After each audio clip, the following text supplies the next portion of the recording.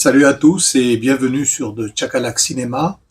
Aujourd'hui, on s'intéresse au cinéma français de l'après-guerre avec un film méconnu, souvent oublié, parfois même mal aimé à sa sortie, mais qui mérite vraiment qu'on lui redonne la lumière qu'il n'a jamais vraiment eue. On parle de Panique, sorti en 1946 et réalisé par Julien Duvivier. Un film qui fait mal, un film qui dérange, et un film qui aujourd'hui encore résonne avec une acuité troublante.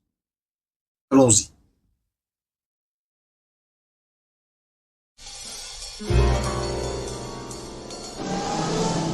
Ici 45-17, bien reçu, terminé.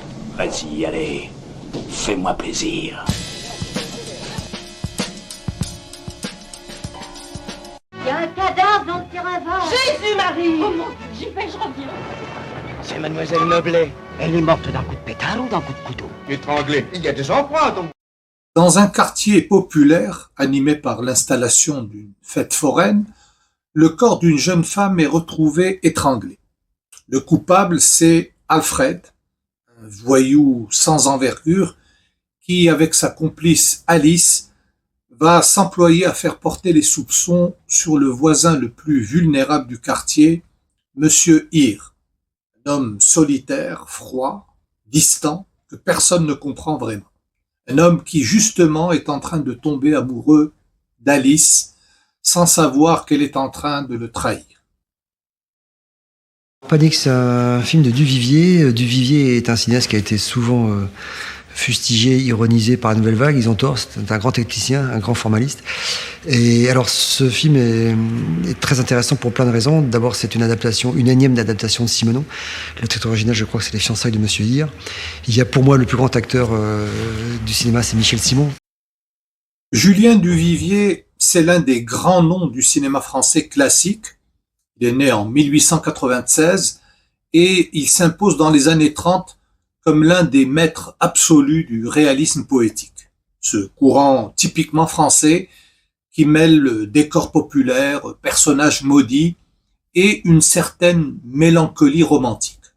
On lui doit des œuvres majeures comme La Belle Équipe, réalisée en 1936 avec Jean Gabin, ou encore Pépé le Mocco, toujours avec Jean Gabin en 1937, ou encore Un carnet de balles, un film magnifique avec une pléiade d'acteurs, un film à sketch. Alors pendant la guerre, il s'exile aux États-Unis où il tourne plusieurs films hollywoodiens. Alors, Panique marque son retour en France en 1946. Un retour difficile, on va y revenir. Ce qui est intéressant avec Duvivier, c'est qu'il a toujours eu une vision assez noire de l'humanité, mais qu'il avait jusqu'ici su l'enrober d'une certaine poésie, d'un certain souffle romanesque. Avec Panique, les gants sont posés. Et, fait remarquable, Duvivier lui-même considérait Panique comme son meilleur film, au-dessus même du très célèbre Pépé le Mocco. Je voudrais qu'on se débarrasse de ce type-là. Il t'embête? Hier soir, de sa fenêtre, il regardait chez moi. Ce matin, il se cachait dans l'escalier, maintenant, il ne quitte pas. Regarde. Oh, mais t'occupe-toi pas de lui, c'est un loufoque. À sa sortie, Panique est un échec cuisant. Le public ne suit pas, la critique boude. Il faut dire que la France de 1946 voulait du triomphalisme, des histoires sur la noblesse de la résistance. Duvivier lui a tendu un miroir et elle n'a pas aimé ce qu'elle y a vu. Pourtant, avec le recul, c'est probablement l'un des films les plus courageux et les plus lucides qu'il ait jamais signé. Adapté très librement du roman de Georges Simenon, Les fiançailles de Monsieur Hir, le film s'éloigne volontairement du matériau d'origine pour livrer quelque chose de plus radical, de plus universel et franchement de plus brutal. Lâchez-moi ou j'appelle la police. Même s'il s'agit de votre ami Alfred? Ça signifie? Quand vous le reverrez demain matin, demandez-lui donc où est caché le sac de mademoiselle Noblet. Avant d'aller plus loin, parlons d'une scène qui pourrait sembler anodine, mais qui est en réalité l'une des plus importantes du film. Dès les premières minutes, on voit Monsieur Hir dans des autotamponneuses. Et là, quelque chose de très simple se passe. Toutes les voitures le percutent. pas par hasard, mais par instinct collectif. Ir est isolé, différent, et sans même qu'on lui ait rien reproché, la meute le désigne. C'est un moment presque enfantin dans sa forme, on est dans une fête foraine, mais terrifiant dans ce qu'il annonce. Duvivier nous dit d'emblée, cet homme est condamné. La fête foraine, avec ses manèges qui tournent en rond, ses lumières qui aveuglent et son bruit qui étourdit, n'est pas un simple décor pittoresque, c'est une métaphore du destin, circulaire, implacable et indifférent. On monte, on tourne, on descend, et certains n'ont pas le droit de monter avec les autres. Tout le monde est à l'enterrement, mais monsieur prend son autobus. Il y en a qui disent que sa présence jetterait un froid. Un crime, on entraîne toujours un autre. Et quand on a dans son cœur qu'une brebis douteuse, on l'abat. Dans ce film, tout repose sur Michel Simon, dans le rôle de Monsieur Ir, et c'est un choix de génie. Michel Simon, c'est un acteur immense, capable d'incarner des personnages borderline, avec une humanité déconcertante. Et ici, il joue à contre-emploi dans un sens très subtil. Ir n'est pas excentrique ou grotesque, il est juste supérieur. Pas arrogant au sens vulgaire du terme, mais fondamentalement différent des gens qui l'entourent, et parfaitement conscient de cette différence. Il observe, il juge et il se tait. Et c'est précisément ce silence, ce refus de jouer le jeu social qui va déchaîner la haine de son entourage. Dans le film, Ir est astrologue et conseiller spirituel, un homme qui prétend lire les destins des autres alors qu'il ne voit pas venir le sien. Cette ironie tragique, Duvivier ne l'explicite jamais. Il la laisse juste exister. Ce qui est intéressant, c'est de comparer cette interprétation avec celle de Michel Blanc dans l'adaptation que Patrice Lecomte tirera du même roman de Simenon en 1989, intitulé sobrement Monsieur Ir, avec Sandrine Bonner dans le rôle d'Alice. Là où Michel Simon impose une distance presque hautaine, supériorité froide et consciente, Michel Blanc, lui, joue davantage sur l'étrangeté, la marginalité physique, une maladresse touchante. Deux lectures du même personnage, deux films fascinants, mais c'est bien la version de Duvivier qui, avec le recul, s'avère la plus radicale et la plus implacable. Le jour du crime, à l'heure du crime, que faisiez-vous? Pour vous répondre, il faudrait que je suce quel jour et à quelle heure cette personne a été tuée. Que vous suciez. Face à Michel Simon, Viviane Romance incarne Alice avec une ambiguïté remarquable.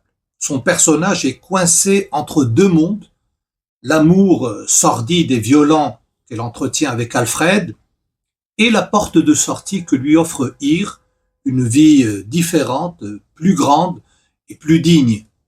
Son regard dit tout, elle sait ce qu'elle fait, elle sait que c'est mal et elle le fait quand même. Romance joue sur ce fil avec beaucoup d'intelligence et on ne sait jamais vraiment si Alice est un monstre ou simplement une femme trop abîmée pour accepter d'être sauvée. Ça va faire des vilains. Je n'ai rien fait. Je ne sais pas ce qu'on me veut. C'est de Monsieur Ir que vous parlez.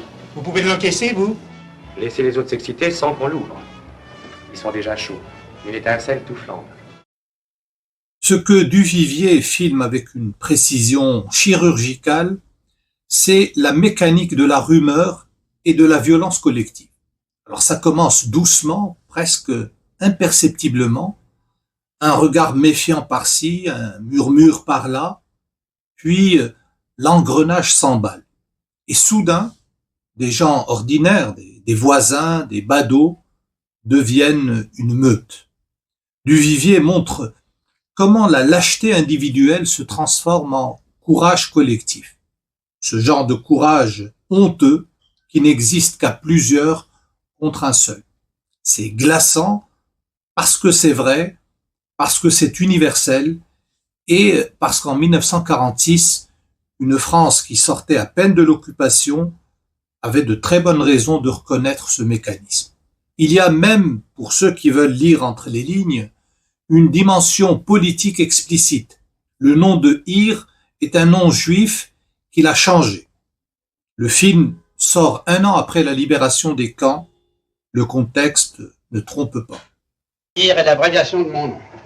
Je m'appelle Irovitch Désiré Alphonse. Et vous êtes français? Né à Paris dans le 14e. Vous habitez cet hôtel depuis longtemps? 3 ans et 2 mois. Votre profession? Je fais des affaires. Quel genre d'affaires? Je vends de l'espoir comme les curés et des remèdes comme les docteurs. Vous comprenez? Le climax du film se joue sur les toits. Ir, traqué par la foule, suspendu à une gouttière au-dessus du vide, entre la vie et la mort. Et là, impossible de ne pas penser à Vertigo d'Alfred Hitchcock, film sorti 12 ans plus tard. La ressemblance est troublante. Le même vertige visuel, la même solitude absolue du personnage face au néant, le même sentiment que la chute est inévitable. Est-ce qu'Hitchcock a vu Panique? Personne ne peut l'affirmer avec certitude. Et ce n'est pas que Vertigo. La fête foraine de L'inconnu du Nord Express, le voyeurisme de Fenêtre sur cour, les échos entre les deux cinéastes sont trop nombreux et trop précis pour être de pure coïncidence. Mais ça n'engage que moi. Ce qui est sûr, c'est que si Duvivier a inventé quelque chose ici, Hitchcock a su comment s'en servir.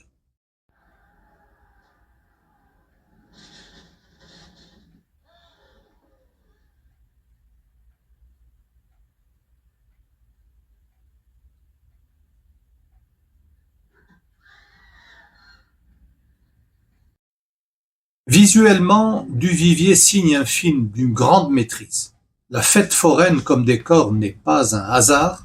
Cet univers factice, bruyant, coloré, plein de lumière et de faux semblants, devient le miroir parfait d'une société qui préfère le spectacle à la vérité. Et la fin, sans spoiler complètement, est d'un pessimisme absolu.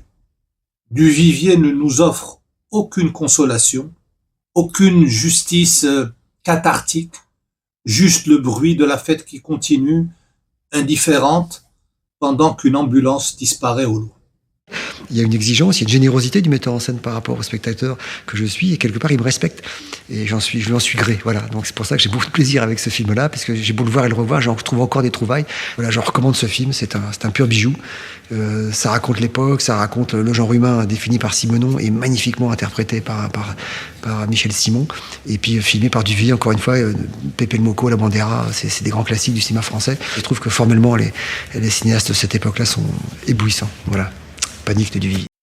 Panique est un film injustement oublié qui mérite aujourd'hui sa place parmi les grandes œuvres du cinéma français classique.